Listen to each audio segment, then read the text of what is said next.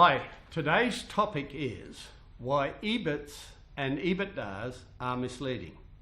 Also concepts such as vendors' discretionary income, Addbacks and WACC, or weighted average cost of capital, and why they are based on old concepts and have cost buyers millions of dollars of wasted money in the past.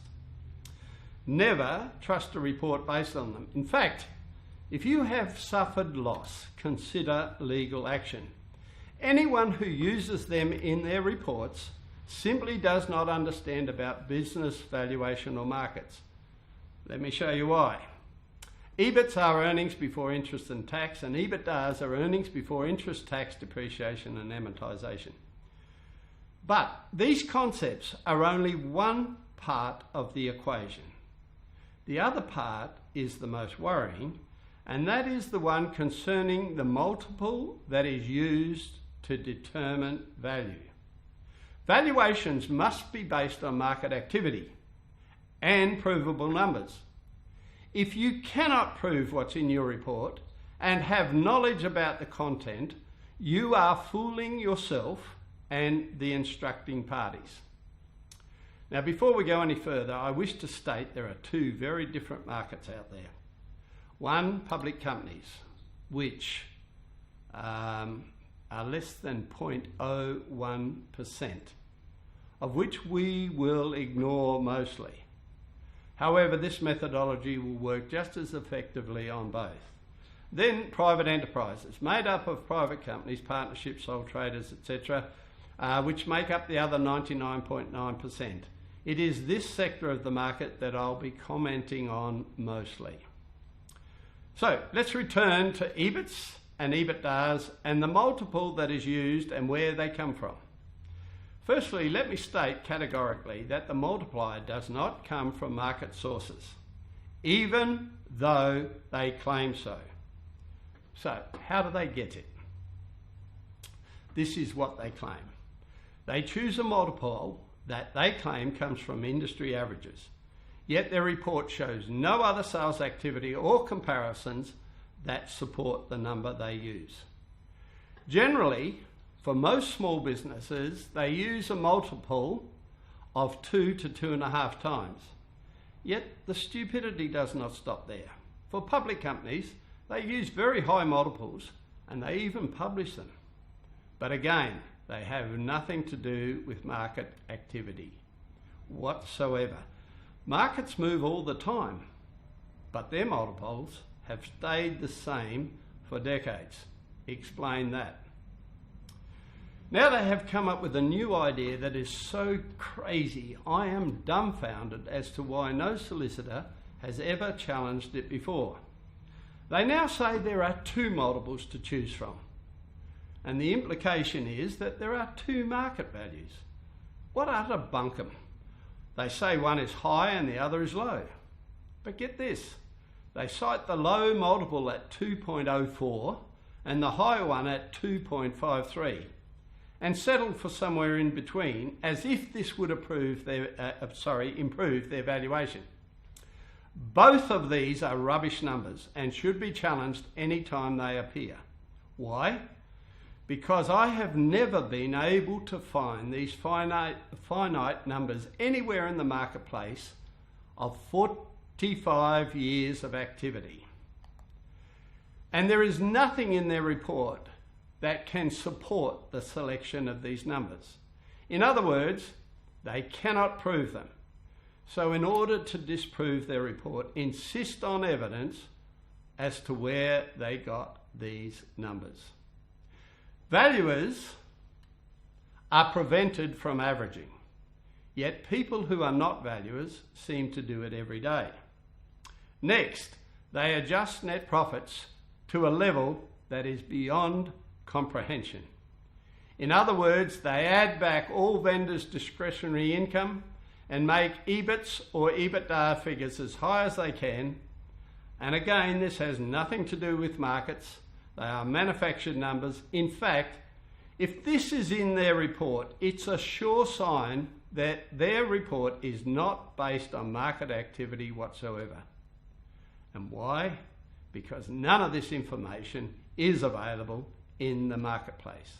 Please see my video on business valuation methodologies.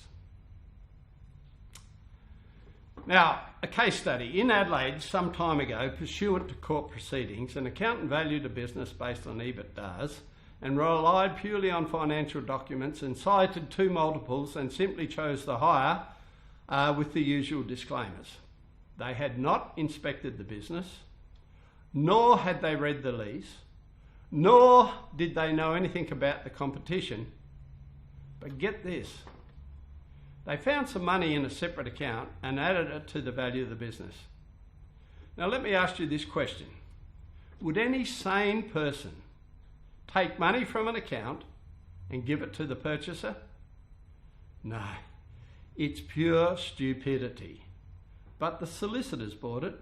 In fact, this type of report has been fooling solicitors for decades. Also, this old system of valuation does not separate the tangible and intangible assets. They are not the same and must be valued separately. So where have the tangible assets gone? Businesses that have a high percentage of plant and equipment cannot be valued using this methodology. Now, there are many other shortcomings in their report. Basically, no inspection of the subject business, no pictures, descriptions, no inspection of other comparable businesses in their report or the collection of market data, no classification of revenue streams, whether personal, locational, transferable or combinational, no profiling to discover key personnel recognition, no lease detail contained in their report, no fixed cost detail, nor have they compared rental rates of other properties. In fact, they have probably never read the lease, and you will be able to prove this. Valuers should only use numbers they can prove. If you can't prove them, don't use them. All the numbers required to complete a business valuation can be found in the marketplace. Now, having said that, most simply compare selling price and very little other. This is where the gap between valuers opens widely. You must gather more than just sales information. You must compare age of premises, location, area, rentals, rent term, competition numbers, staff numbers, business age and tenure information, previous sale information, and demographics, and the 4 locational type businesses. You must be able to explain what variable or variables caused or was likely to have caused high and low sales in the marketplace. Using turnover is provable, and finding the multiplier from transacted sales is highly provable compared to guesswork or hearsay. In fact, this methodology is market-based and capable of translation into balance sheets that satisfies the asset recognition criteria of the Australian accounting standards. That would assist accounting and financial markets greatly. The definition of an asset, according to the accounting industry, is, and I quote, "It must be definable and capable of reliable measurement and have future economic benefits." Let's consider just one scenario to show how incorrect their methodology is. Business A and Business B both have the same turnover, $1 million, and the same net profits, Ebits or Ebitdas. Now remember, no one can know where they got their Ebits, so we'll use net profits at 200K. And we will use their high multiplier 2.5 times. If we did this, we would produce a value for both businesses of 200 times 2.5 or 500K. Now I asked you this question. Which business do you think is more valuable? Someone has just lost 500,000K based on this advice. Regardless of revenue achieved, if revenue comes from a related party, say family, government, or single source, This goes to the question of transferability of revenue streams. If the revenue streams can't be transferred or is highly risky, what happens to its value? It diminishes or disappears. So which business do you think is more valuable? I hope they have their P&I insurance paid up. The next scenario, key personnel. Let's say you're about to buy a business with 1 million turnover and you discover that there is one person that will not be going with the business. What do you do? In the case study discussed earlier, one of the parties had all the knowledge of the business in their head, so it could not be transferred. If the revenue streams cannot be transferred, then they attract no commercial value. This is a clear indication of who owns the revenue streams and where the intangible asset value comes from.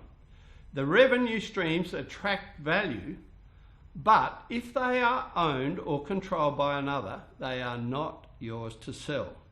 Therefore, from a purchaser's point of view, you should only pay for what you get, i.e. turnover of 650k multiplied by the market rate in the dollar. I hope this presentation will put you on the right path, and the subject matter is all contained in my book. I hope you'll get your copy soon. It will assist you to make better decisions. That concludes today's presentation. Thank you for watching.